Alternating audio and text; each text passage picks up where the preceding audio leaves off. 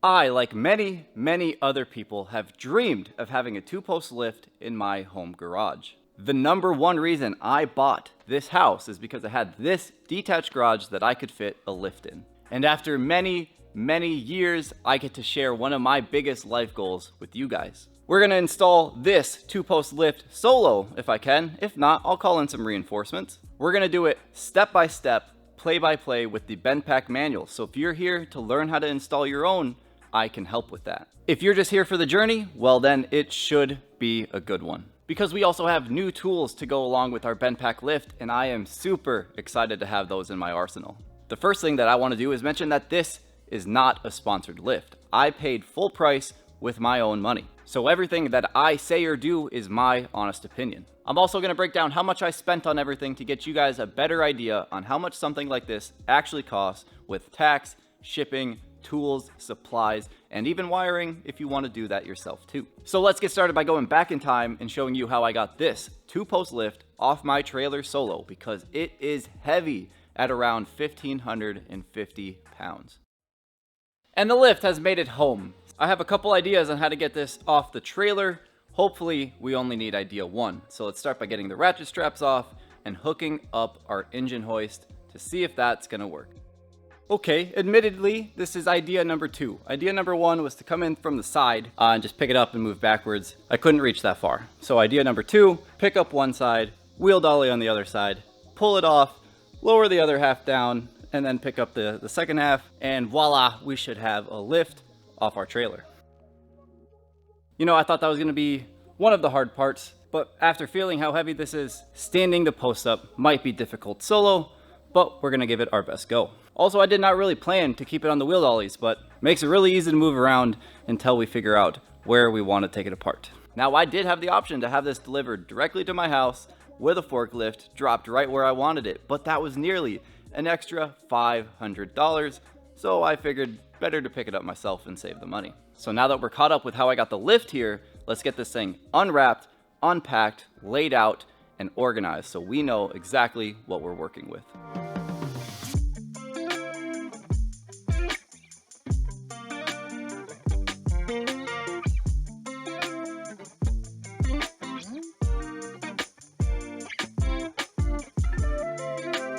And here is everything unpacked and, you know, organized a little bit. There's really not too many parts to this, too many categories, but we have our two posts, we have our two post extensions, some brackets, our power unit, hardware, our lift arms with our pads and extensions, and then our overhead bar with the shutoff. Now we need to select a location for where the posts are going to go. This is probably different for most lifts. In my case, it needs to be 4.25 inches thick, at least a month old, and the bolts need to be 6 or more inches away from any cracks or expansion joints. I want my lift to be right here next to the toolboxes, and there happens to be cuts or expansion joints in the concrete, basically right where I want the lift. So we're just gonna have to move the lift 7 inches to one side of the crack. Now, I don't want my lift install to be crooked. I want it to be perpendicular with the wall. So the first thing I did was measure the crack off of the wall, and the crack is not straight. So we need to make our own straight line, and this may be overkill, but I'm gonna use a laser level. So again, this is probably super overkill, but it just gives me the confidence that the lift is far enough away from the crack and it's perpendicular to the wall. So you can see the X right where the laser level is 7 inches away from our expansion joint. Then I just made sure that the laser that runs parallel with the wall is actually parallel with the wall by measuring from two separate posts to the laser, and they both measure out the same at 167.5 inches. So we know the X is far enough away from the expansion joint, and we know that the laser that's running perpendicular with the wall is actually perpendicular with the wall. Now we can lay down tape on this X, knowing that this is where the first post will land. After that, the manual says that the outside to outside post measurement should be 137.5 inches. So we can measure from the tape line or the laser line that we just had, following the laser to 137.5 inches, and mark our other box, and that is where the second post will land. And now I know my lift is far enough away from expansion joints or cracks, and I know my lift is perpendicular with the wall. Perpendicular, parallel, depends on how you look at it. But we have the outside of the posts marked off exactly where I want them. And now that we know exactly where the two posts are gonna go, I can already see an issue. I'm going to need to do a little bit of reorganizing really quick. Everything that's along this wall needs to be somewhere else, including the whiteboard that I literally just hung up last video. I'm just going to move the whiteboard over in between the other two posts here. I'm going to line up the toolboxes on that far wall so they're in line. I don't know why I put them in a corner anyway. And then the jack stands, drain pans, and chairs can just go right next to the toolboxes on the left. All right, reorganized and cleaned, ready for the next build. Of course, after we get this 2-post lift installed, which we can finally start building. Next thing we need to do is bolt on the extensions to the actual posts. 4 bolts on the front, 4 bolts on the back, and every single one of them gets torqued down to 60 foot-pounds.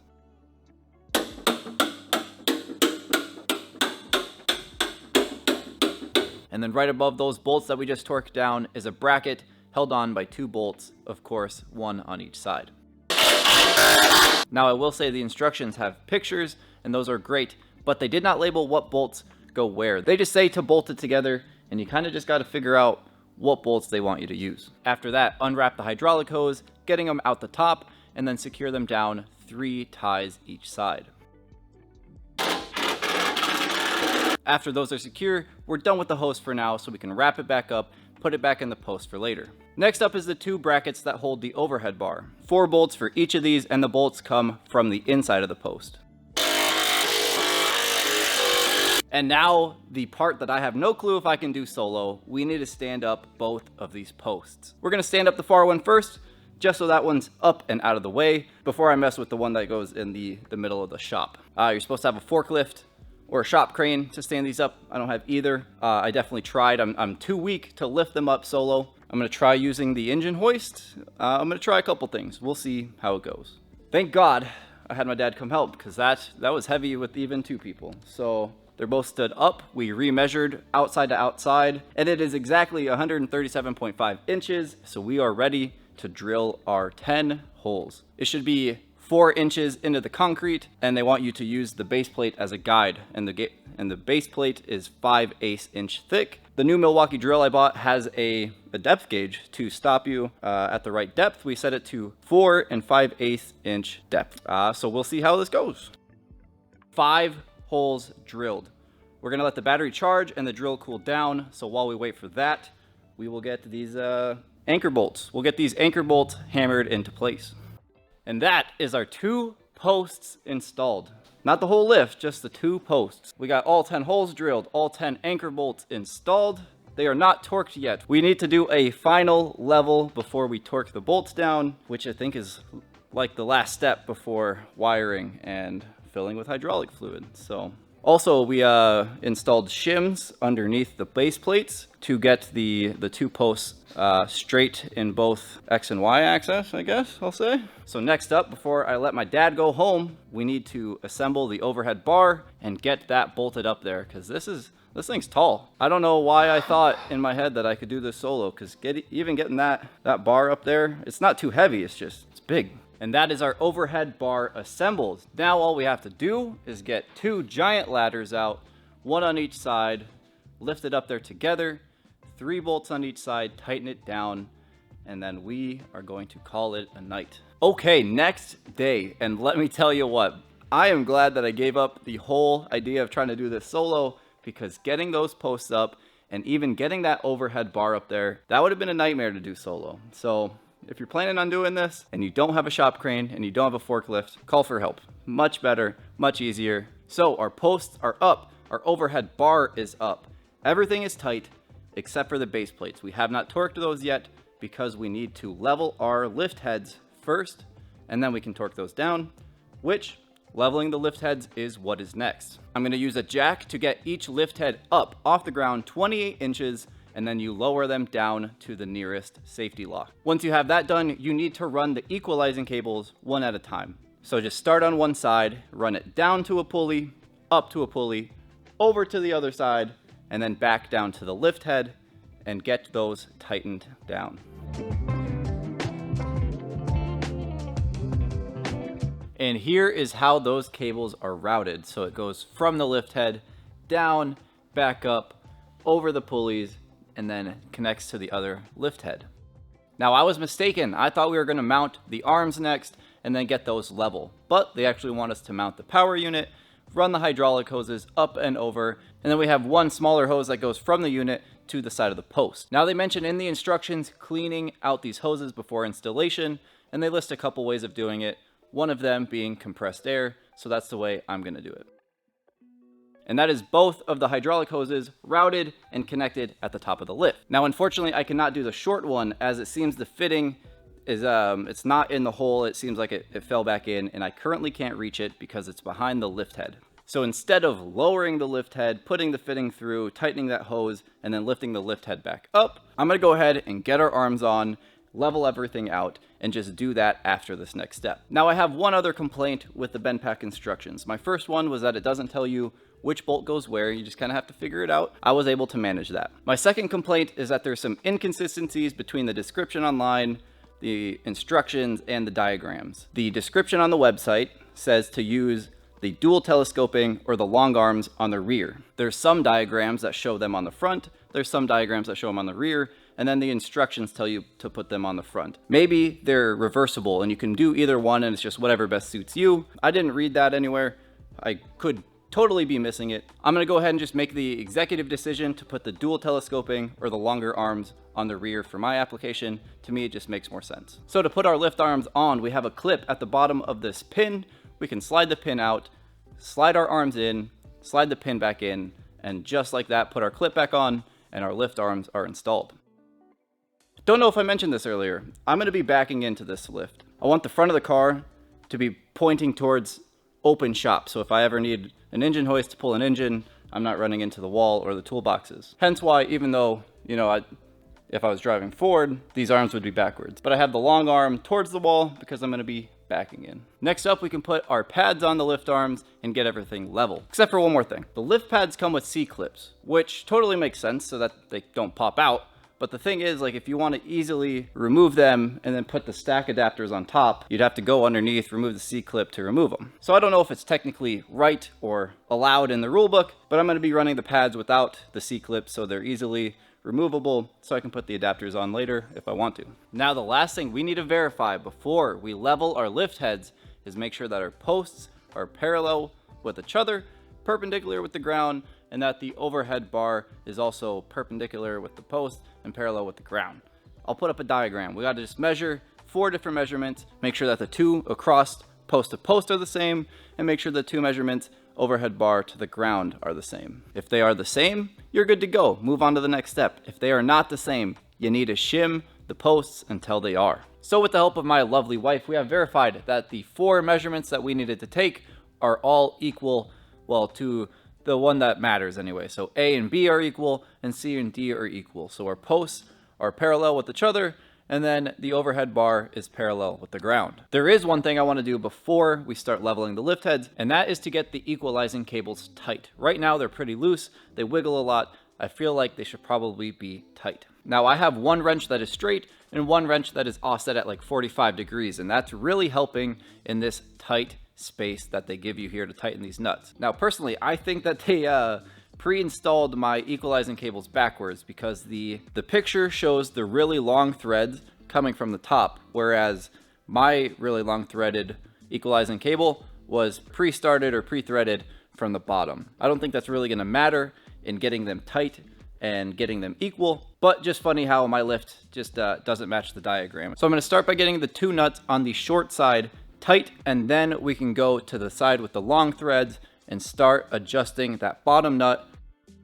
So now with the equalizing cables tight, we actually need to adjust them to make our lift heads level. So now I have my laser level set at the top of the left side lift head, and the laser isn't even on the right side lift head, which means that the right side needs to go up until we touch the laser. Now here is again why I think my equalizing cables were installed backwards, but it's still fine. We can still adjust them. We just kind of have to reverse what the instructions say. The instructions tell me to adjust the equalizing cable on the low side on the top, but my top doesn't have any more adjustment. It's maxed out, which means that I have to go to the bottom of the opposite side because that's the one that has all the adjustment. So just have to do a little thinking compared to what the instructions say.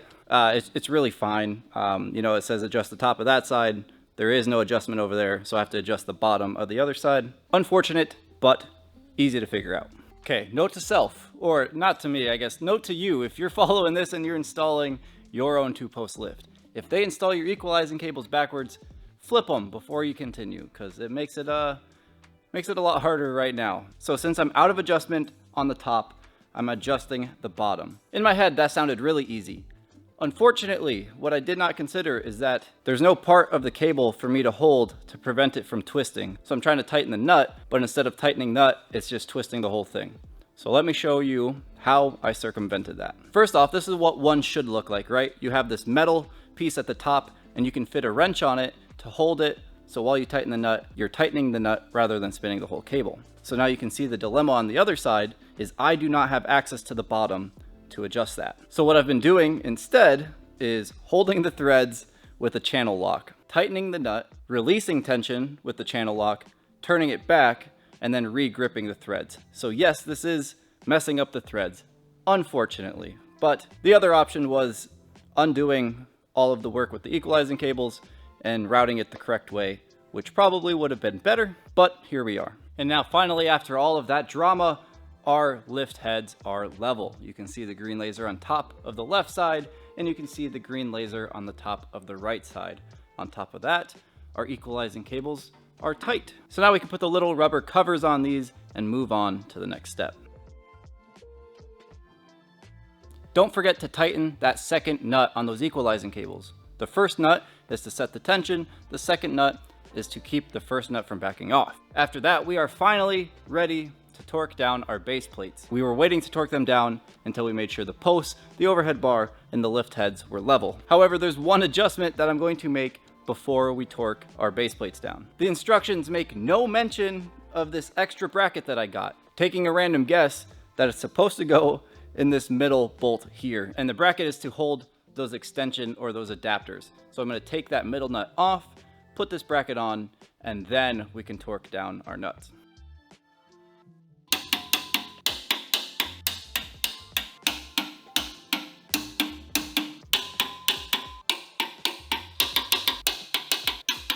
And that almost completes the lift installation besides wiring. If you remember, we had to skip one step, and it's because the lift heads were in the way. The small hydraulic hose that goes from the power unit to the hydraulic hoses in the lift, the fitting went back into the post, and I can't get it with the lift head in the way. So we just need to use our jacks to lift up the lift heads, disengage the safety locks, and lower them out of the way. I also just noticed that it seems like the fitting on the power unit is on the wrong side, but it's okay. We just pop off the fitting, pop off the plug on the other side, switch those, and tighten them back down. You might have noticed that there's two holes there. The other one is for the limit switch wires. So with the hydraulic hose tight and that lift head out of the way, now we can route the wires for our limit switch. Now our lift is basically completely installed, except for we don't have power to it. So let's start running the wire.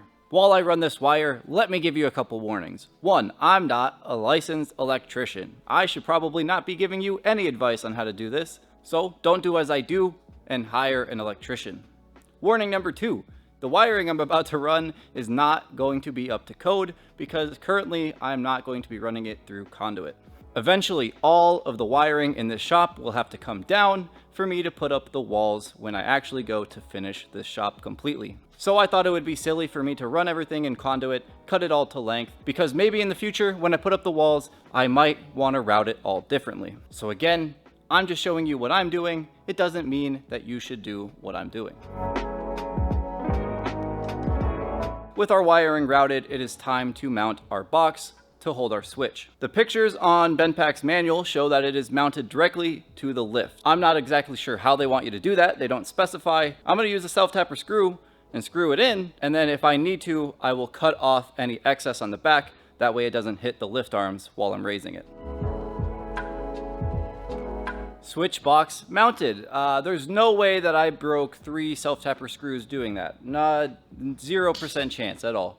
The 2 out of 5 that I did get to not break, I finally used a drill to drill the hole rather than the self-tapper. It just kind of defeated the purpose of the self-tapper. But thus is life. Anyway, moving on, I ground the back of the screws down with a file belt to get them perfectly smooth, so there is 0% chance that it interferes with anything inside of the lift. And of course, the lift is thick enough that the screw has plenty of meat to hold on. So now that the switch box is mounted, we can knock out a couple holes, route the wire in, wire up our switch, and then run the wire from the box down to the power unit.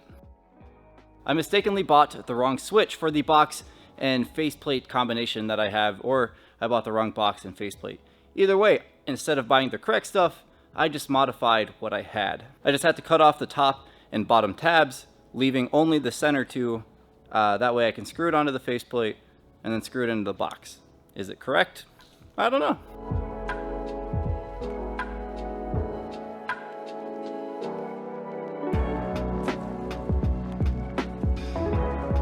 And that is all of the electrical ran. I left everything exposed so I can show you what's going on, or at least what I did. So our power unit needs 240 volts, and I'm pretty sure they recommend a 25 amp breaker. However, I did a 30 amp breaker and a 30 amp switch. And of course, I used 10-2 wire, which is also good up to 30 amps. So when you're running 240 volt, you will have two hot wires. Both the black and the white wires are hot. Each wire is carrying 120 volts. Therefore, when you actually get to the power unit, you have 240. Also, everything I say, I think is correct. I wouldn't just tell you bad information, but I'm not an electrician. I could be wrong on something. So we have a 2-pole breaker or a 2-wire breaker. So from the panel to our switch, and we have a 2-pole switch. So both hots go to this switch.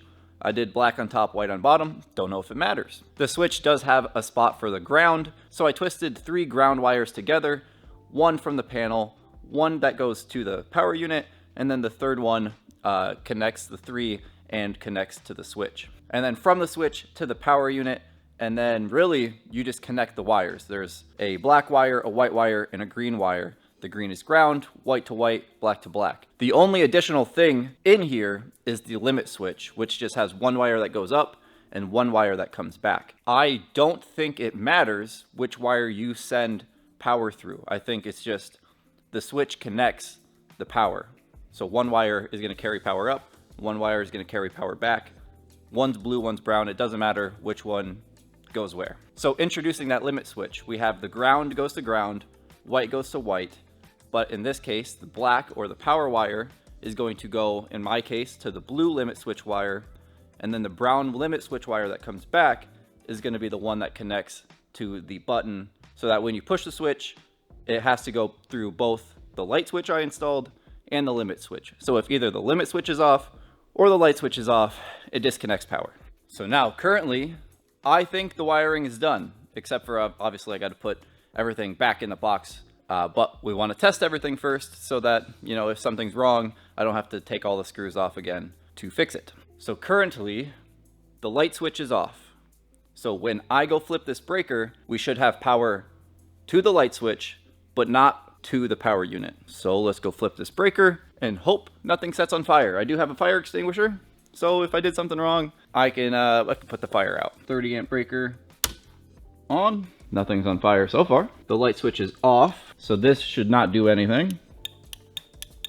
Perfect. And now if I switch this on, so now we have power to the switch. This should work now.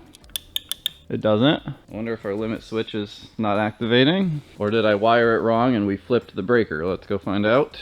Okay, we did trip the breaker. Okay, we have a short somewhere. The breaker is being tripped. Okay, I think what I did wrong here is that I wired the switch incorrectly. I have both hots on the left side and then both hots that go to the power unit on the right side. Taking a guess that I need both hots from the breaker on top and then both hots that go to the power unit on bottom. So I'm going to quick rewire this switch and we'll retest. Attempt 2. Switch is rewired, so both hot wires are on top and then both wires that go to the power unit are on bottom. I'm going to go switch the breaker back on, and then when I switch this on, hopefully we don't trip the breaker. Breaker's on, light switch. All right, light switch did not trip the breaker. Now when I push this button, we should hear hydraulic noises. Perfect. Everything is working when we have the light switch on and nothing is pushing on the limit switch. So now if I switch this off, this should not work. So our power switch is working. Now I want to push on that and make sure that the limit switch is working. Okay, so again, breaker's on, switch is on, everything's working. I'm very quickly touching it because I have no fluid in it. I don't want to run it dry. So now if I push this up, this should no longer work. Okay, all right, our power disconnect is working. Our limit switch is working. With all of the wiring good and both the limit switch and the power disconnect working properly, I can go switch off the breaker and bundle up all of this wiring back into its home so we have no exposed wire, and then we'll be done with the wiring portion. And that is all of the wiring wrapped up. I retested it again after putting everything back in their boxes. It's still working. I put electrical tape on the orange wires just only because I wanted them to be black, just so they blended in a little bit better over there. Totally unnecessary, just looks a little better. 3 things left on the to-do list. The next one, super easy. We just need to pour 3.2 gallons of, well, I'm using ATF, but you can use hydraulic fluid into this big old container here. I think we'll be ready to test the lift. Okay, I think we flip our switch on, push this button, and the arms should go up. Unless we have a leak. It's possible we have a hydraulic hose leak. Let's find out. Oh, we got a leak. Yep, we got a leak. It's from the fitting that I didn't even install. It's from the fitting that BendPak installed. So I guess I should have double checked their work. Okay, attempt 2. I cleaned up the mess a little bit. I'll probably be cleaning up ATF for the next week or so, but those lines are tightened. Hopefully there's no other leaks. Oh, we got movement. Okay, I don't see any leaks. Oh, there we go. Now we got movement. We got a lift. We got an unequal lift though. Can you hear the thunks? So, I leveled our lift arms, but now they're not engaging the safety locks at the same time, so we'll have to loosen up the side that we tightened until they're equal. Interesting. They like lower in sections. So I'm holding the handle down, not lowering, a little bit. Interesting. Don't know. I'm sure it'll lower evenly when we have weight on it, but I don't think it's supposed to lower like that even with no weight on it. Yeah, it kind of even lowers uneven with me sitting on it. Not that I weigh as much as a car. Well, I'm gonna do some cleaning now that I can reach inside the lift and get that ATF. Cleaned up a lot of the mess. Unfortunately, there's ATF underneath the base plate, so that's gonna be seeping out for a week. Moving on, we need to make sure that our safety locks engage at the same time. I'm just gonna start by getting our equalizing cables tightened equally. Right now, one cable is loosened all the way and the other one is tightened all the way, on the top adjuster at least. I'm gonna set those to be equal and we'll see if the safety locks engage at the same time. Arms adjusted. Now, listen up. You'll only hear one clunk. Cables are tight. We only have one clunk. I don't know how high this thing goes. Let's go all the way up. I wanted to do this test anyway. Looks like that's all the way up. The arms are definitely above my head. Touches my hair though. Oh, the arms. I'm even with it. But of course, I can screw these up or down. So, I mean, I can definitely get anything I want over my head. The real question is gonna be, do I need ramps for low cars? That's the one thing I don't know. Well, here we are all the way up. Now on some lifts, you have a release, but on this one, you got a red cable to pull on each arm. So if I pull those, make sure nothing's in the way, and I should be able to lower this thing all the way back down now. Kind of jumpy, like look at it, it doesn't lower. Not super happy with that. I'll have to Google it. Maybe there's something I can fix. Or maybe it'll lower smoothly with a car on it. We'll see. The manual and just a little bit of Googling online says that the stuttering when you're lowering is probably because there's air in the hydraulic lines, and the bleed procedure is to literally just raise and lower it. So that's what I did. I did that 4 times. It's still doing it. The manual says that it takes a while. Just got to use it, and hopefully that goes away. So next thing I want to do is actually raise a vehicle. But this place is a mess, so let me clean and organize, and then we can put my 69 Chevelle on this lift.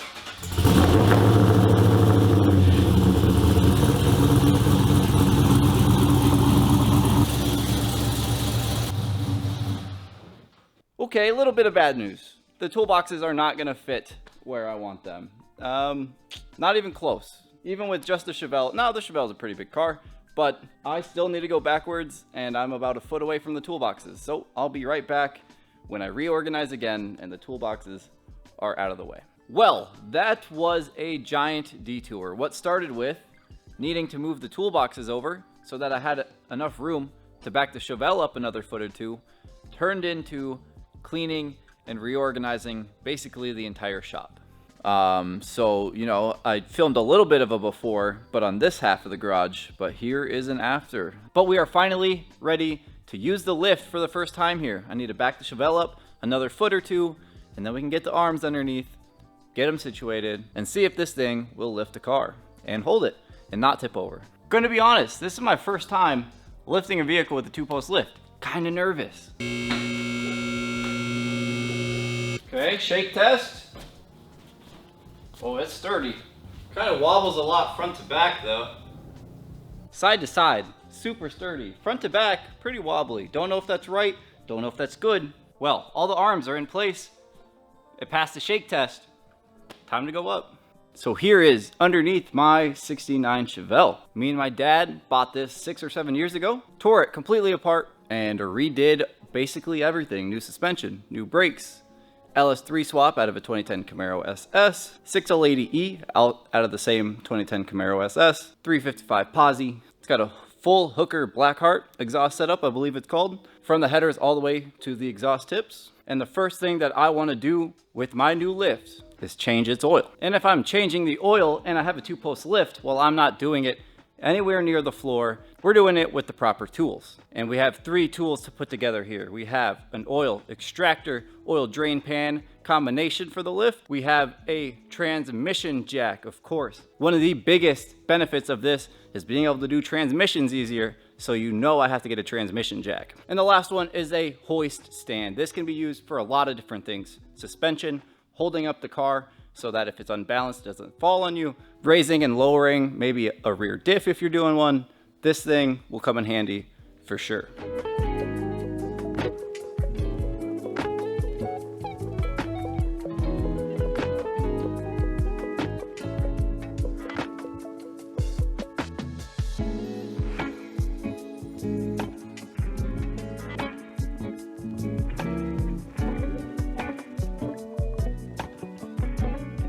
And that is the, to me, most important 3 tools when you have a lift. The 4th one that I haven't bought yet, kind of expensive, is a jack table, lift table.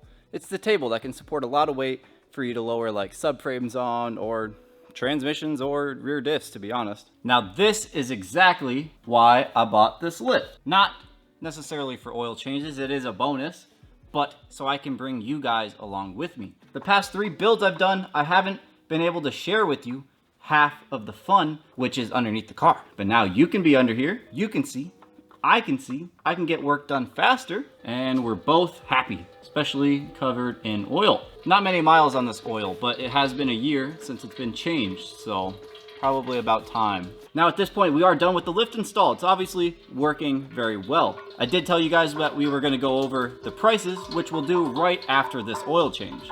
I just thought it would be important for me to share the very first thing that I do on this lift with you guys. Now, if you're still here, even after the lift install, you should definitely consider subscribing, because obviously you're staying along for the journey. And if you're along for this journey, you would definitely like the other journeys I take. Those other journeys being rebuilding cars, blown up engines, crash damage, all sorts of things. And that is definitely one of the cleanest oil changes I've ever done.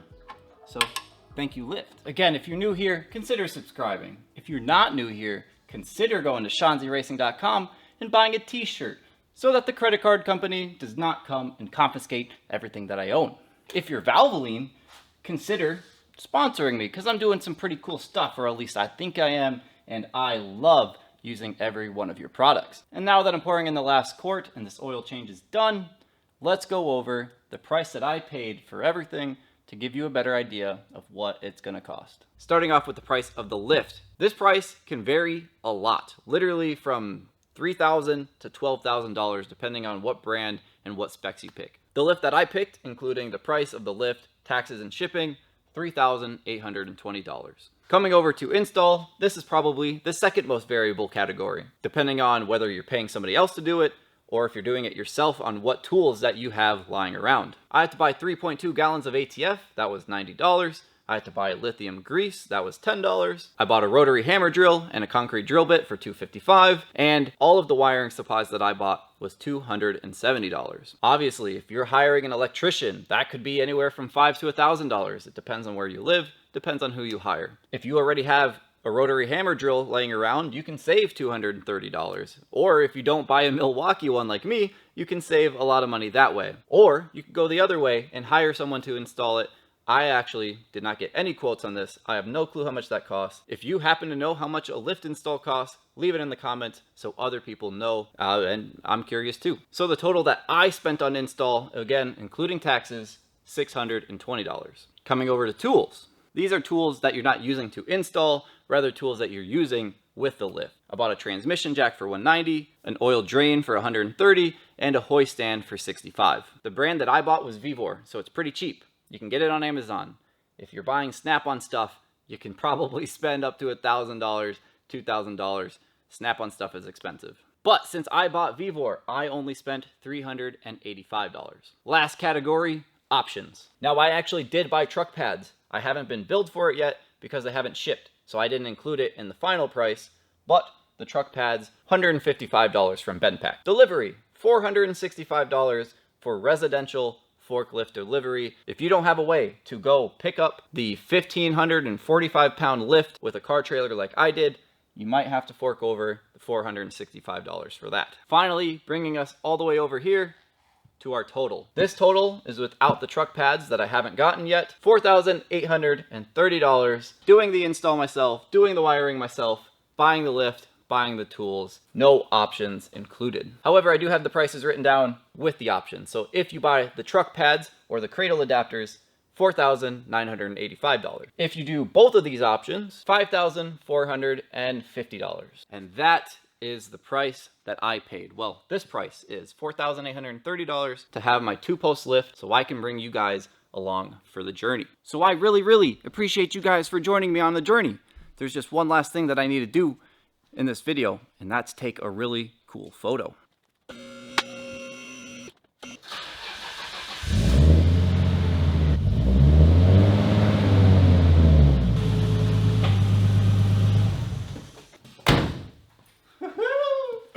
I love it.